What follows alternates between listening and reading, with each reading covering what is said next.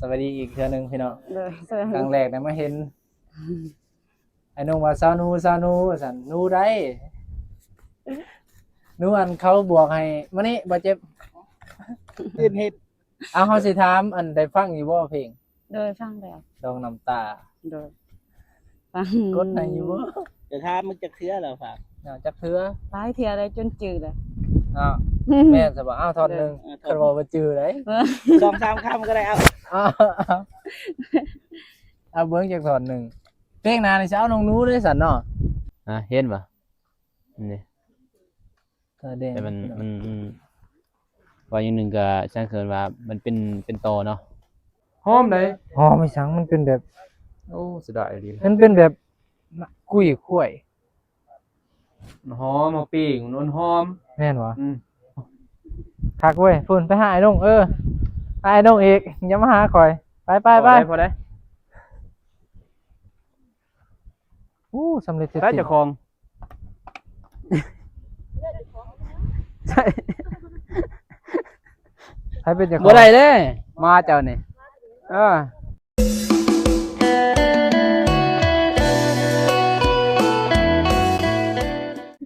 ฮัลโหลไอ้น้องเป็นยัง ไปดี ปวดขมับพี่น้องโอ้ไอ้น้องเจ็บตา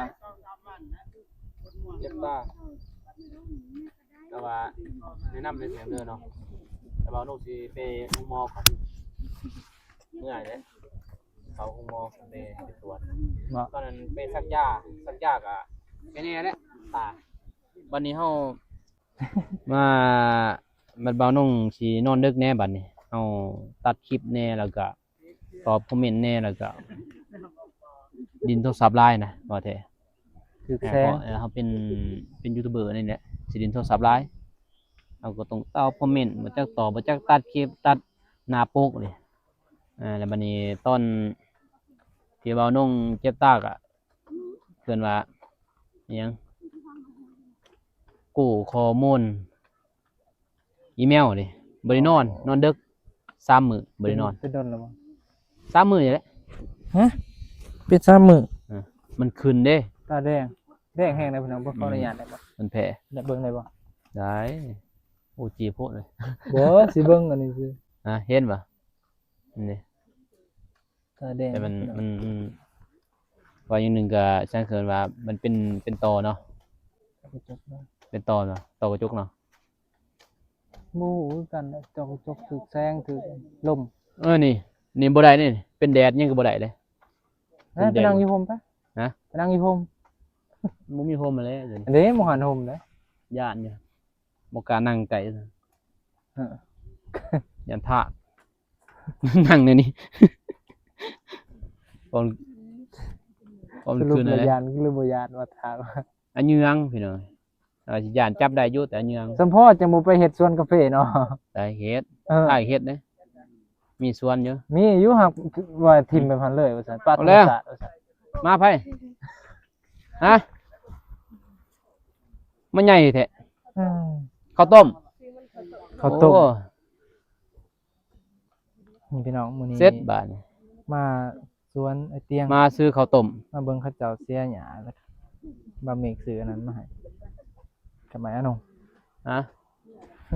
เพราะว่า กันสั่นบ่กันสั่นบ่กันอยู่บ่ กันอยู่ เออตอนนั้นอ้ายใช้โทรศัพท์บ่ได้กันสั่นเด้ โทรศัพท์หยัง Samsung นั่นแหละแต่ก่อนอ้ายซื้อโทรศัพท์มาเฮ็ด YouTube ซื้อ Oppo 16K เด้ใช่ป่ะ เขาก็ชื่อเขาเคยใส่กันเอาปู่ รุ่นนั้น32กิก32กิกแต่ว่า32กิกแต่ว่า อย่าไปหาดมมั่วได้ขาวต้มเอ้ยมันแนวฮะ นี่จะหอมหมอนี่เว้ยเสียนหนาก็หมดเอ้ย โอ้หาดมโลเล่ได้หัวเขาได้ขาวต้ม ใส่ตอนนั้นมันสั้นเด้ตืดๆๆๆเลย ถ่ายคลิป Oppo 16K เนาะก็ใส่ประมาณ2เดือนก็ขายทิ้ง โอ้ยใส่จนเป็นปีแล้วปีหนึ่งสองปีจนเป็นปีแล้วถ่ายคลิป ก็ซื้อประมาณ2ล้านปลายแล้วก็ขาย1.8 ล้าน อืม Oppo 16K ซื้อก็ดาวเอาแล้วเฮ็ดเวียกดาวเอาเดือนหนึง500,000ล้านป้ายซื้อ แม่นสิบ่ รุ่นนั้นไอ้ซื้อล้านป้ายล้านหกซื้อล้านหกไอ้ซื้อต้องเอาแล้ว จะมานอนไก่ ถือกับคนเนาะมานี่เนาะ ฮะบอกเลข บอกเลขมา โอ้ยซื้อเลขแล้ววันนี้ซื้อเลขม้าเลยวันนี้นี่ น้องนูบอกวันนี้เลขม้าบัดซื้อไว้ บางก่อนซื้อเลขงูเว้ากันอยู่วันนี้พญานาคออกกะลี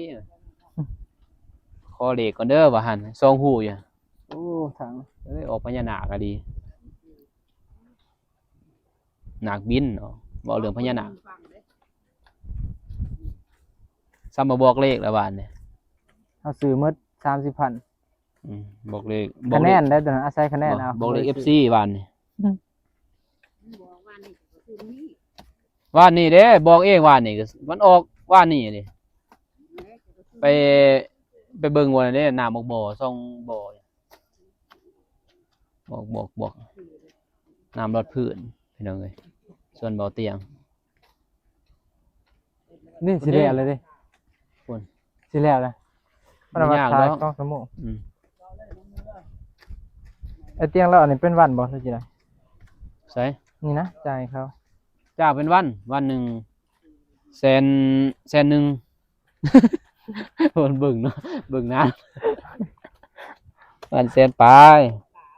1.7มือถืออยู่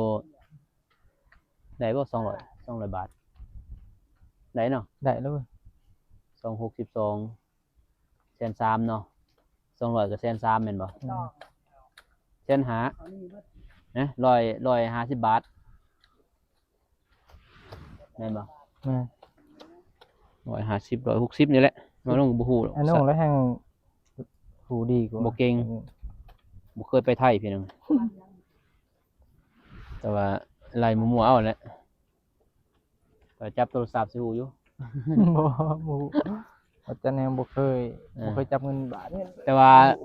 200ป้ายนี่แหละ200กว่าบาทนี่แหละพี่น้องเนาะแต่ว่าอยู่ไทยนี่ก็300 400แล้วเขาจ้างกัน เนาะ แต่อยู่ลาวเฮาก็ซ้ำนี้แหละคือว่าซ้ำนี้หรือแพงได้นี่อยู่ ปกตินี่ค่าให้งานนี่เท่าใดตามกฎหมาย มันบ่ได้อยู่ดอกบ่ฮู้ดอก บ่ตายตัวบ่ อ้ายบ่ฮู้กฎหมายนี่ยอมแล้วมันเว้าเรื่องแต่ละบ้านแต่เมืองนี่ฮู้อยู่ ในบ้านอ้ายนี่ก็ประมาณบ้าน150,000บ้านอ้าย เอา เฮ็ดหยังก็ยา150,000แต่ว่าเว้าเรื่องก่อสร้างต่างอีได้ เอา ก่อสร้างสิแพงกว่าอีก เวียกนักเวียกเบาเนาะ แต่ว่าเรื่องเสียหญ้าดำนา ตันหา ดำนาโลกกาทาง150,000ฉีดยาฆ่าหญ้าแพงอีก 200,000ฉีดยาดิสิแพงหน่อยนึงพอนะเสี่ยงได้หมดนะเสี่ยงตายนะ ไปนะไอ้น้องฝนนะ ไปใช่ นั่งอยู่หั่น ไปไก่บ่เจ็บบ่บ่อยากไปรบกวนปานนะเอารบกวนเพิ่นนะผู้บ่าว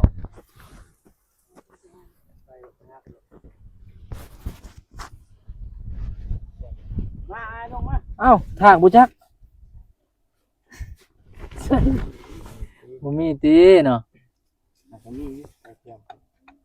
นี่เบาตูนจนแกะส่งอยู่นี่แหละไปเก็บกันนี่นะเก็บแต่ว่ามันเข้า มันเข้า รู้ว่าเข้าจังใดก็เรื่องนั้นไม่ต้องไอ้เตี้ย มันซุ่มย่ำนี่โอ้บาดเจ็บดุเกินคัก โอ้ยซอยอายเพิ่น ประธานเจ็บนี่ครบสุดเลยเก่งทุกอย่างพี่น้องเอ้ย ตายเลยดีค่อยลามลากเลยเนี่ย โอนครับ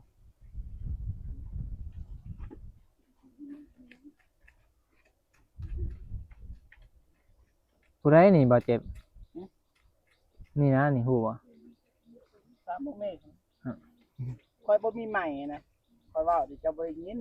บ่ยินซะบ่ บ่ว่าน้องนูบัดเจ้าตอบเด้ ว้าย โอ้โอ้ อย่าได้อเว้ย โอ้ โอ้บ่ได้คน โอ้ย เซ็ตทุ่งสุด ยังบ่งเกลียด เกลียด เกลียดเนี่ยใส่ทองอา เกลียด มา หมู่ จะญาติบ่ฮะยาเด้อบ่เน้นขาป้อยโอ้เว้าแล้วเปิ้นได้มันใหญ่แน่นว่าก็ได้ ยังบ่มีกับเขาวแรงจับผักขา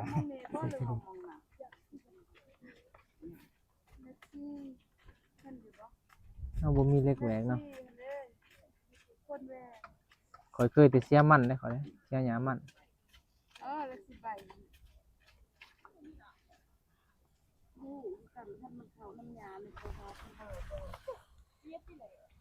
สิแล้วเลยเด้แป๊บเดียวนึง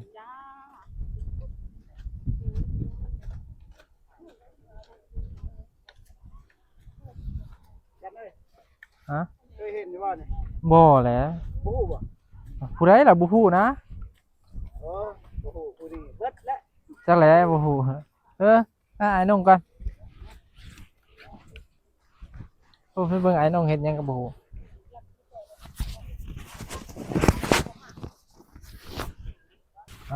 ทางพี่กะไอ้น้องเพิ่นยังหลายเด้อไอ้น้องนี่ มาเลย โอ้ไอ้น้องเพิ่นก็เลาะอันนั้นเอาทงออกเนาะ ใหญ่ออกเด้อ เนาะ มันหับดังเป็ด โอ้สาเหตุแถวเอาออกนี่ก็ย้อนมันหัดนี่ มันหันได้มันล่นหมดได้ใบไงมันหัดเป็นพันลง โอ้เอาแบบ น นั้ อน กนะ ใช่ ออกโลแล้ว แต่ก็ออกไล่เติบเลย เอาออกไล่ตึก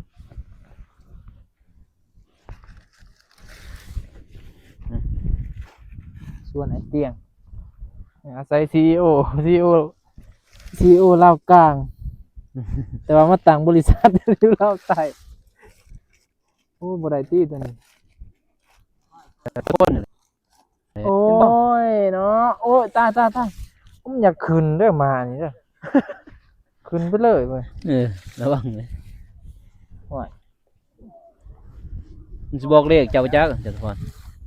คือไอ้นั่นวะ อยู่ดีๆนะกระตุกโอ้เนิบมืดโอ้ย กาแฟนะ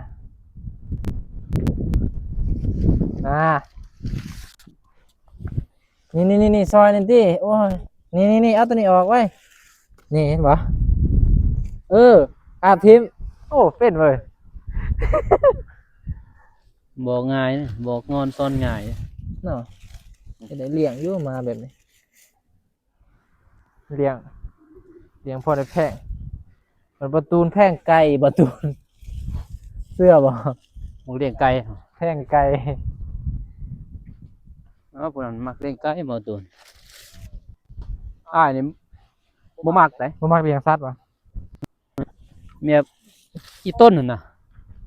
เวลาเฮาบ่ได้เบิ่งดูแลสั่งจักบ่เฮาบ่มีเวลาน่ะ ดีๆนะครับตบอย่าคืนโอ้ยเปื่อนเมิดเรียบร้อย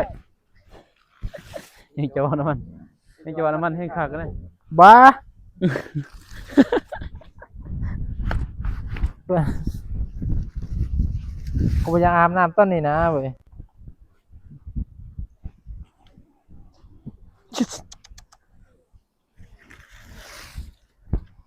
ดีๆนะครับต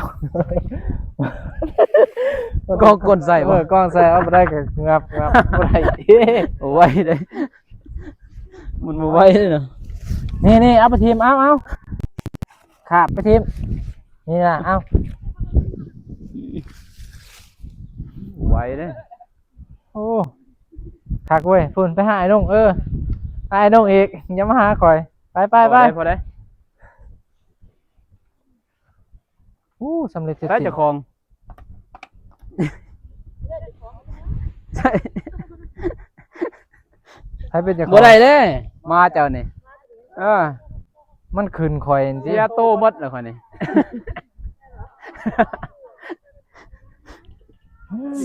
เสียสดให้มาบ่ได้เนาะ มาโอ้ยบ่มวนเว้ย พี่น้องเอ้ยเนาะขอตัวขออภัย ไอ้น้อง เห็นเขาเห็นกล้องค ว่าน แต่บ่เจ็บนี่คือว่าขนาดแท้ว่ามองหันว่าบ่เจ็บเอ้ยเข้าแล้วมืดเลยได้เข้าแล้วมืดแล้วบ่เจ็บ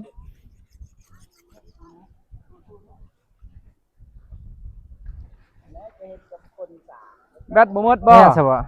บ่เจ็บมันเปิดแพทเลยเดือนมืด พาในเบิ่ง เดือนมืดบ่ เบิ่งข่อยสิซอย ซอยผู้สาว เออ โอ้ ฮะ บ่ทาดีบ่แล้ว บ่ข่อยอยากให้เพิ่นอยู่ซื่อๆนี่นะเพิ่นคือว่าแต่ด้นแล้วก็เบิ่งเพิ่นเฮ็ดซ่านี่เวลาเพิ่นเฮ็ดกับ อืม ผู้สาวจักไผหลายคนบ่มีรู้เนาะทำให้เสียมันโอ้ยไวกว่านี้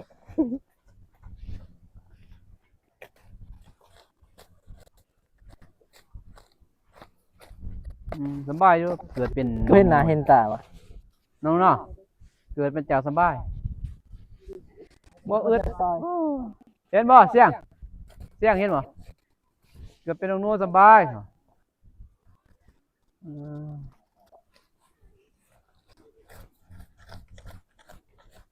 บ่เห็นได้บ่เจ็บเห็ดตะกี้เลย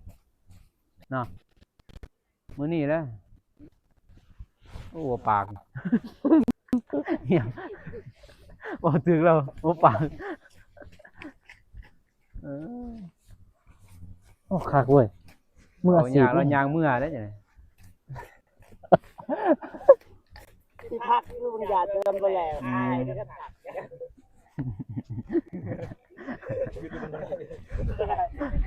ก็เธอเด็ดกันแล้วเลยจ้าเลย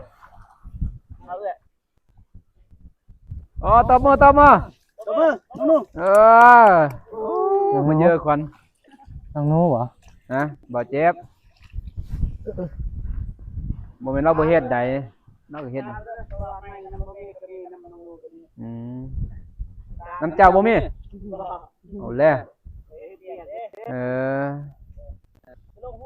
ล้างบ่ให้ค่อยล้างบ่ บ่ได้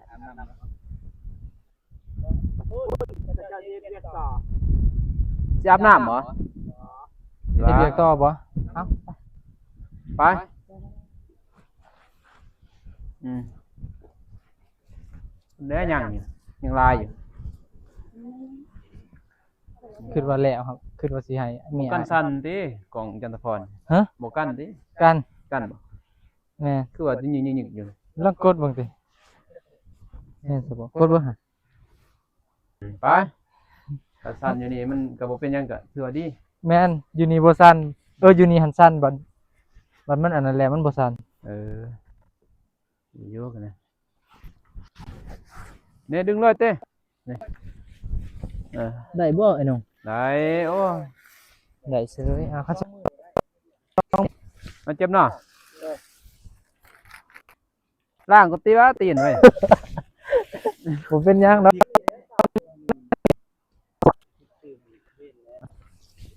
เป็นว่าเป็นน้ำผู้สาวกันเลย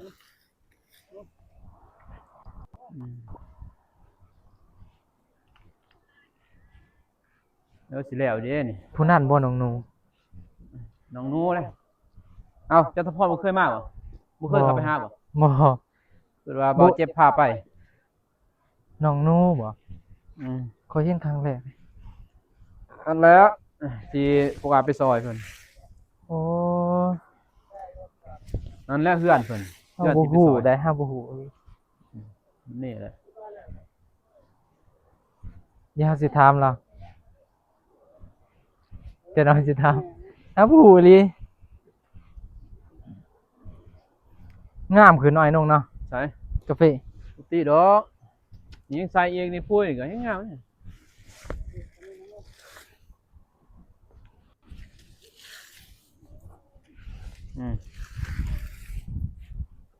เดี๋ยว มืออื่นจังมือเข้าใส่ปุ้ยแล้วบอกเขาดึงเลย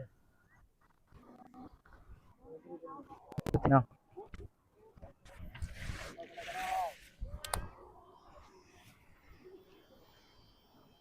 ตัวต่ำทำนี่บ่ออก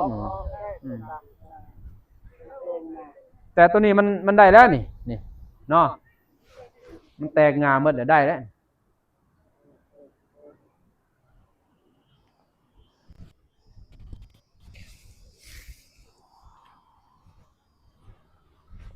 โอ้อยากมีสวนทุกคนเด้ โอ้ ขึ้นครับ เอาคือทีมตัวนี้สิได้เลยนี่ นั่นหยัง เฮ็ดตัวนี้แหละ เฮ็ดอีสัง โอ้โหแซ่บเนาะ เฮ็ดอีหยังบ่เฮ็ดอีหยังเอ่ย โอ้สิได้เลยเว้ย บ่ไอ้น้อง ฮะเฮ็ดดังแฮ นี่เราบ่เคยกินซะ กินดิบก็แซ่บเลย โอ้ยบอกไป เอ้าแซ่บโอ้หอม มันเป็นแบบอันนั้น หอมได้ หอมอีสังมันเป็นแบบ โอ้สิได้เลย มันเป็นแบบกุ้ยข้วย หอมมาปิ้งนวลหอม แม่นบ่ FC ก็น่าสิฮู้ดอกนี่เฮ็ดดังแฮทางเว้าลงเอิ้นว่าเป็นอันนี้ก็บ่ฮู้ จักละอยู่เขตนี้ อืม มันเขตฮอดบ่มีเห็น แซ่บ เห็นบ่สำนี้ได้บ่ไอ้น้อง ได้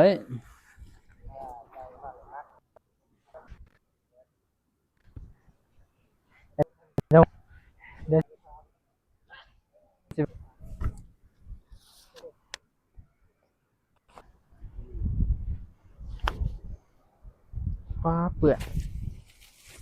ได้ลิ้นเขาไปพันทิมมันบ่นี่พี่น้องเอ้ยปิ้งก็แซ่บนี่ตำแจ่วเฮ็ดดังแฮปิ้งแซ่บเด้ ดีเด้อทุกคนเด้อมื้อนี้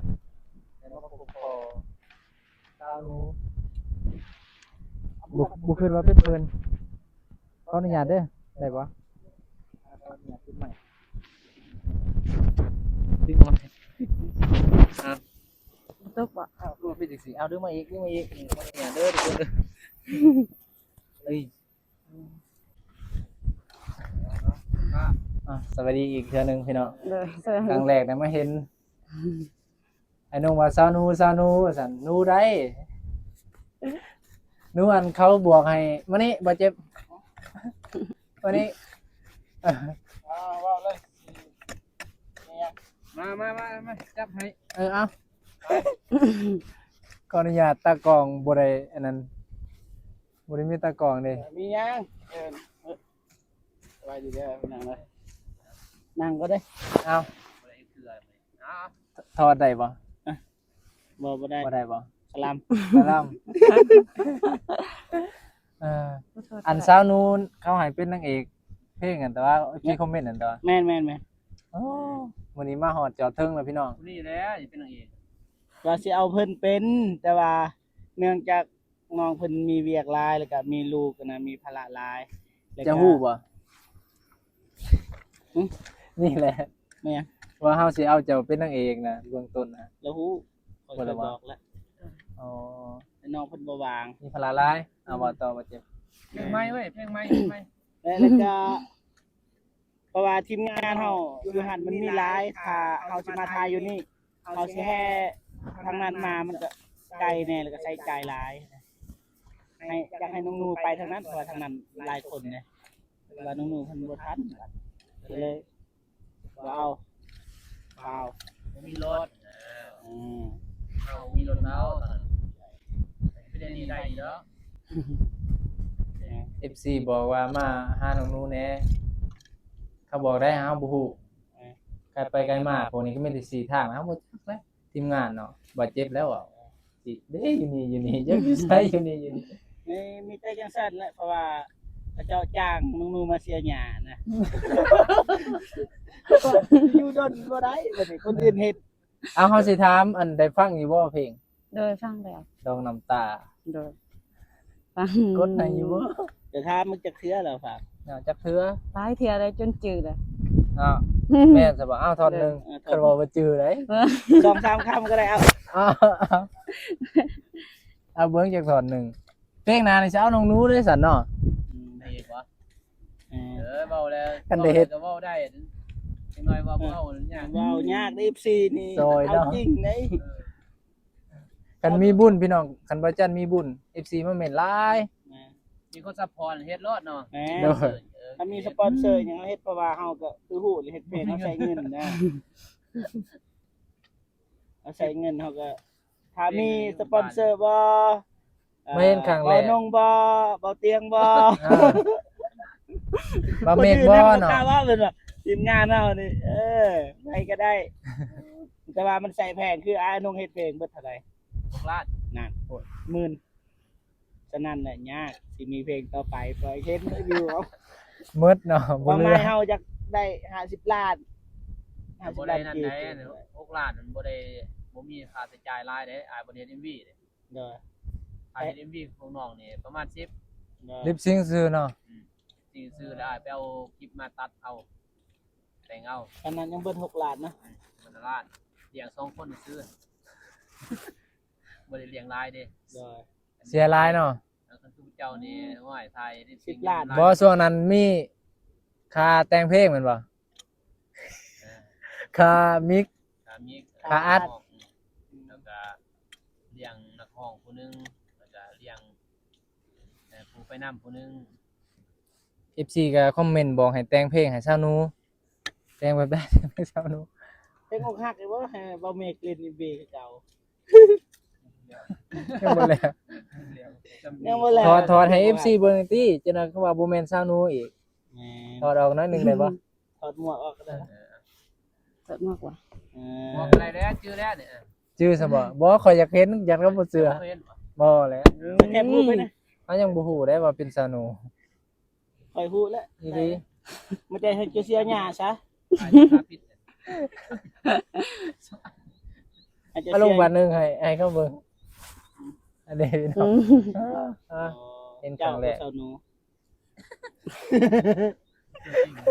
เอาเฮ็ด จริงๆ เฮ็ดเวียกซะซะ บ่แม่นบ่แม่น ขอบใจหลายๆเด้อ นี่ อ่ะ แม่น ขอบใจ แม่นบ่ไปพี่น้อง เอาใหม่ เฮ็ดเวียกก่อนจะได้ไอ้เตียง ไม่ได้ไม่เนี่ย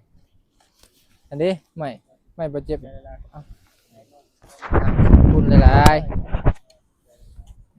มาให้ซีโอคือเก่า จะเบิ่งที่ทางเจ้ามันอยู่หรือ มันอยู่คือหยังวะ เป็นห้างอะไรเด้ห้าง พี่น้องเอ้ย ห้าง มาเห็นสาว ห้างเล่น ครั้งแรกอยู่สวนกาแฟประธาน มีไม้อยู่บ่นี่โอ้ยไม้ คอยเชื่อว่าบ่จันทร์บ่ฮู้นี่ ไผอีกบ่นี่มีแต่สิรับเลยอยู่แม่นไผล่ะ คันฮู้เจ้าแกงเนาะ คือว่าจังซั่นนี่เพผู้หญิงนี่ บอกไว้แต่ว่าเรามีผัวแล้ว เฮ้อ มีแล้ว แต่ว่าเจ้าฮู้ว่าเพิ่นเนี่ยเป็นไผทุกครั้งที่เฮาถ่ายคลิปมานี่สิเห็นหน้าเพิ่นตลอดเออ ข่อยเคยฮู้มาก่อนบ่ซั่นบ่เป็นการส่วนตัวเคยฮู้บ่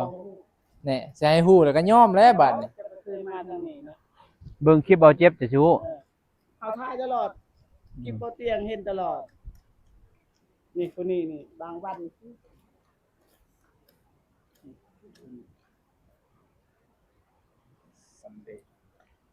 คุณอยู่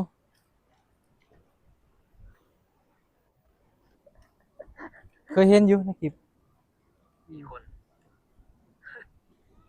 เอาอธิบายเติมติ ทำมาเมฆ เฮาจังสิจักอีกบัดนี้ ทำมาเมฆเพิ่นมาแล้ว ฮัลโหลสิหายสบายดี เดี๋ยว คุณว่า จำกระดุนเนี่ย คนดังเลยจะเปรียบใส่ในคลิปนี่คนที่เอาถ่ายอะไรที่สุดก็คือผู้นี้แหละ แม่นบ่ บ่ได้เอ่ยถึง อืม ถ่ายซื้อๆดูบ่ได้เอ่ยถึง แม่นบ่ เดี๋ยวบ่เมฆ โอ้ ได้ยินบ่ อันนี้มาช่วยบ่นี่ เจ้านายจอคิดต่างๆนานาเขาบอกก่อนเลย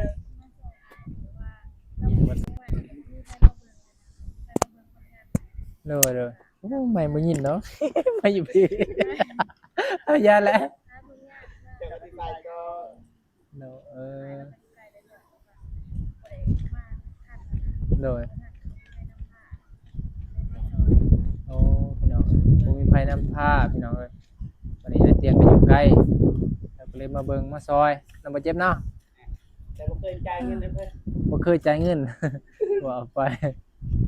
ว่าแม่ครับผิดชอบแล้ว ตอนนั้นว่าแม่ครับผิดชอบเอง ร้อยแล้ว เอ้า ที่ว่าเพิ่นเสาหลักช่วย โดย เอาแค่มาเพิ่นเป็นเงินกับบ่แม่เพิ่นจัดการนี่เพิ่นอยากเอาบ่ทำบ่มีก็โทรหาเอื้อยเพิ่นในจัดการกับคณะอยู่เอื้อยนะครับอย่าก็อายคือบ่คือบ่คือคือแต่ว่า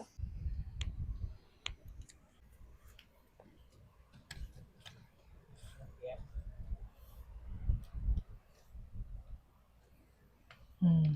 แต่บ่มี มันตายคือเก่านะ โอ้มันนั่นน่ะเบิ่งนี่ บ่มีหากแก้วบ่ บ่หากได้ยังงอกขึ้น โอ้หากมันขึ้นเนาะ บ่งามสมบูรณ์ บ่คิดบ่ฟัน เป็นวันกับเฮ็ดเมาของทางกั บ่ได้ตั้งใจมาหาสาวหนู เฮ็ดเบิ่งเป็นวันเนาะ เฮ็ดเพิ่งเป็นวันเป็นวันจะลองเฮ็ดเบิ่งรับจ้างเป็นวัน ก็นี่แหละเป็นวันเอาเมาเบิ่งบัดนี้เมาเบิ่ง ตัดหญ้าเลยตัดหญ้าเลยสิจักมา จวดอย่างเดียวเนาะ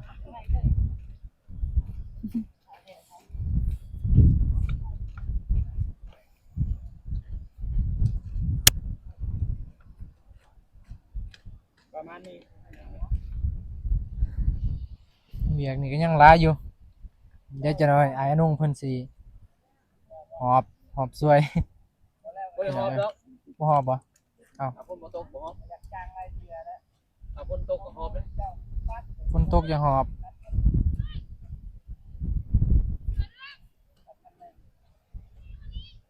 นี่เนาะพี่น้องเอ้ยถือว่ามาสวนในเตียงมื้อนี้ก็มาเบิ่งเขาเสียหญ้าบ่จันกระโดนบ่ได้มาทิศหลังจากมากับไอรี่มื้อนั้นเพื่อมาหาไอรี่เนาะพี่น้องเนาะ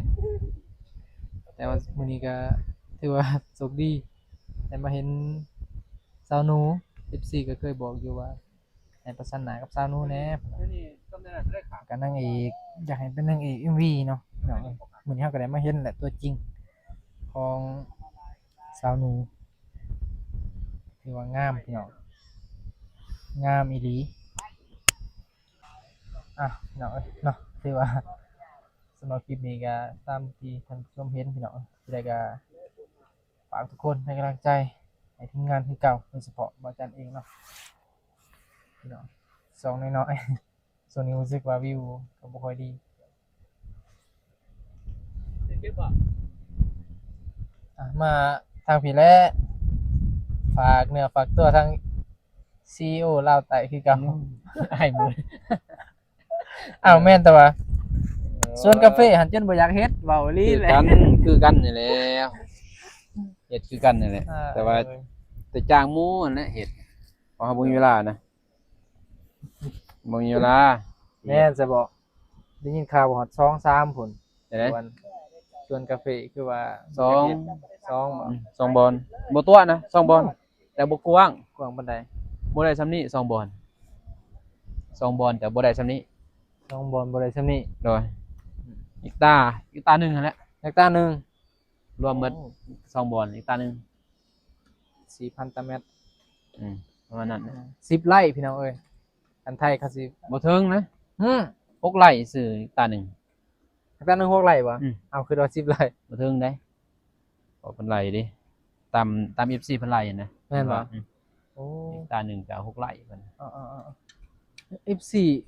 FC ก็เคยไล่คือว่า4,000ตัวอัน10ไร่คือว่า บ่พอเพิ่นไล่เด้เพิ่นไล่ให้พอบ่น้องกับบ่เตียงถามกันนะว่า โอ้ ถามว่าตะกี้อ้ายไล่หั่นคิดว่า4ไร่จังบ่ต่อต่อ ต่อ ต่อเฮก 4,000 ตาร์ ต่อ4,000 ตารเมตร 4 ไร่นะขึ้นว่าเท่านั้นแต่บ่ โดย คือเจ้าคือน้องว่าแล้วว่ามันก็ถึง10แม่นบ่ โดย บ่10ก็8แม่นบ่8ไร่ต่อเฮกตาร์แม่นบ่ เออ เอาถึงแต่6ไร่อยู่ เอา6ไร่ต่อเฮกตาร์หนึง มันก็แม่นประมาณนั้น 4,000 ตารเมตร น้องเองเนาะ6ไร่อีกตาหนึงเนาะ เอาตามนั้นพี่น้อง FC เพิ่นเลย ถือว่า6ไร่เนาะประมาณเนาะของ บ่หลาย บางๆก็พา ไปบ่ เอาไหม เนี่ยสิใส่ปุ๋ยนี่ขึ้นบ่ ลองมึงติล่ะประตูนได้เฮายังไปหา ไม่ยาก แต่ว่าบ่ยากทางนี่ไปทางหน้าเจ้านั่นแหละ แม่นบ่ ทางนั้น ไปโลด ทางหน้านี่ลังเรียนบ่พูดตะยืนตอนนั้นแหละ เฮามีความฝันคือกันเด้ อ้าวน้องมุ้ยบ่มุ้ยส่วนบ่ บ่ บ่มีส่วนกับพี่ เก็บเงินนี่แหละ ไปเบิ่งของทีมงานนี่ของอ้ายแหละ เก็บเงินเป็นเนาะส่วนหนึ่งตัวหนึงหั่นแม่เฒ่าเพิ่นให้ก็บ่หลาย โดย เก็บก็ได้อยู่ประมาณ20ล้านนั่นน่ะถ้าว่าเฮารักษาดี ต่อปีบ่ ต่อปีก็20ล้าน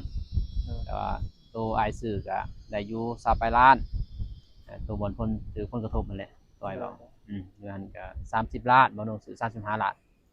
ตอนนั้นอ้ายซื้อก็บ่คันว่าแพงบ่แพงเด้เพราะเงินมันก็มันแพงหั่นนะตอนนั้นเงินก็มีแต่ใบพันกับใบ500แหละบ่น้องสำนี้แหละ30ล้าน โอ้โห จนเจ้าของดินเพิ่นว่าบ่มีเงินยังจะต่อเพิ่นน่ะก็ว่าอ้ายเด้ได้บ่ โอ้ บ่มีเงินซื้อๆคือว่าต่อเพิ่นน่ะก็ต่อลงแล้วคือบ่ซื้อเพิ่นว่าน่ะอ้ายก็ต้องไปหายืมเงินหมู่น่ะนี่กลับบ่กลับอยู่พุ่นแหละปิดเอาอ้ายยืมเงินหมู่น่ะจะบ่ก็เลยสาแน่ก็เลยเจ้าของดินเพิ่นก็เลยยังหายแล้วบ่ติเพิ่นนั่นเนาะ ก็คือว่าอายตัวตายบ่ตัวตายก็ต้องไปหาเงินต่อคันลงสำนั่นแต่บ่เพิ่นห้องก็4-50พุ่นแหละแต่ให้ต่อลงได้35ล้านบัดนี้ต่อแล้วเพิ่นสิขายบัดอ้ายบ่มีเงินอ้ายบ่มีแท้เรื่องนี้นะแต่ว่าสิไปยืมเงินเขาน่ะเพราะอ้ายมีแต่30เด้เลยได้35ล้านเนาะ 35ล้านตกเป็นเงินไทยก็ประมาณ 30,000นี่แหละ30,000ปลาย30,000 40,000เนาะได้บ่บ่ลงนี่35ล้านเท่าไหร่เงินไทย64เนาะ74 70,000บ่ เกือบแสนพุ่นบ่มันก้าง บ่แล้ว35ล้าน แสนก็60เด้50,000ประมาณนั้นพี่น้องเนาะ มื้อหน้าพาไปแหน่ ดีแต่อายซื้อแล้วแต่เขาเว้าก็ได้ก็ยอมเสียเปรียบนะเนี่ยเฮาบ่มีเด้เฮาคนถูกข์นะ บ่มีแล้วจังก็ต่อเนาะ จังต่อกับบ่ลงแล้วบัดนี้เงินเฮาบ่มีอีก เดี๋ยว ว่า พ่ออีกเพิ่นว่า เพิ่นเอาคือว่าต่อแล้วสิจ่ายเลยมื้อนี้เพิ่นบ่มีอีกก็ต้องไปยืมเงินหมู่อีกหั่นนะให้มันครบมันน่ะไปยืมเงินน้องเขาน้องเขาก็บ่อยากให้แล้วเฮาก็ยืม โดย ยืมจังได้ดินนั่นแหละเป็นพังเป็นพาเด้กับเพื่อจะมันสิมีหยังแม่เฒ่าให้สำนั้นก็ดินล้นเอง โดย ตัวดินอยู่สวนกับทางเองทางกับพ่อเฒ่าแม่เฒ่าตัวแต่ว่า3บ่อนนี่ โดย ตัวไอ้ปู่อยู่ดงปู่ตอนนั้นก็ทางกับพ่อเฒ่าเอื้อยเจ้าก็ซื้อผ้า3เดือน4เดือนไปทางนั่นแหละก็เลยเพิ่นแบ่งให้นิดนึงบ่หลายดอกประมาณ1,000นี่แหละ1,000ต้น โอ้ดีนะเอาได้ปันต้นดีต้องอย่าปลูกกัน คอยเก็บคอยออมดิด โดย สู้ๆแหล้ว สิเอาเป็นแบบอย่าง โดย ไอ้น้องเพิ่นมีบุญเด้พี่น้องเนาะบำเพ็ญเพียรภาวนาแต่ละมื้อแม่นบ่ไอ้น้อง ก็เฮาก็จักสิว่าเลยพี่น้องเอ้ยเนาะว่าบ่เชื่อบ่ก็เชื่อทำความดีเนี่ยมันก็มีผลคือบ่เตียงเพิ่นว่าก็แม่นเราเฮ็ดความดีก็คือว่าสิบ่ถือก็ถือกันนำถือผลกระทบมันเด้แต่ว่าบ่แม่นผลกระทบดอกแต่ผลกระทบมันก็ต้องเสียหันเสียนี้เนาะคือว่าถือแล้วไฟบ่นู่นก็เลยได้ตอนนั้นรายได้ก็ที่400คือในคลิปนั่นแหละแจ้งตอนเสาร์นี่ ยังมีดราม่าอีกเนาะ บ่ตีเพิ่นยามันก็ต้องมีคนเว้าคนว่าแหละพันร้อยพอพันแม่มันก็ต้องมีแม่นบ่ แม่น สิให้เว้าเป็นไปบ่ได้คันบ่ให้เว้าหั่นน่ะใครก็เฮาบุคคลสาธารณะเด้มันก็อยากให้เห็นในผู้คนในคู่เด้เพราะเฮาคันว่าเฮาเอาแท้เฮาก็ต้องมีหลักฐานน่ะนะมีหลักฐานก็มีแท้นี่เนาะ แต่ว่านุ่งก็บ่ได้ถ่ายแบบมันชัดเจนเพราะว่าเขาเจ้าก็บ่อยากให้ถ่ายนะ โดย ทางบริษัทเพิ่นแต่ว่าจะเทิร์นว่าลูกถ่ายแล้วก็เอาลงให้เลยซะก็ดีเด้ลูกไปถ่าย ลูกผู้เลื่อนน่ะบ่ทัน โดยดีแต่ร้านจ้ะแหละลูกสาวถ่ายไปหน่อยมันบ่ถ่ายก็บ่มีดอก หลักฐานก็มีแต่ว่าในใบอันมีแต่ว่าใบก็นำเขาได้ใบบ่แม่นนำเฮาก็สำนั้นแหละ สั่นแหละไอ้น้องเอ้ยขอบใจหลายๆเด้อเนาะผู้ใหญ่ใจดี14เบิร์ดสุขคนที่ติดตามเนาะสุดท้ายนี่บ่าวจันก็สิขอลาท่านผู้ชมไปก่อนเนาะสำหรับคลิปนี้พอกันใหม่คลิปหน้าพี่น้องสบายดี เด้อ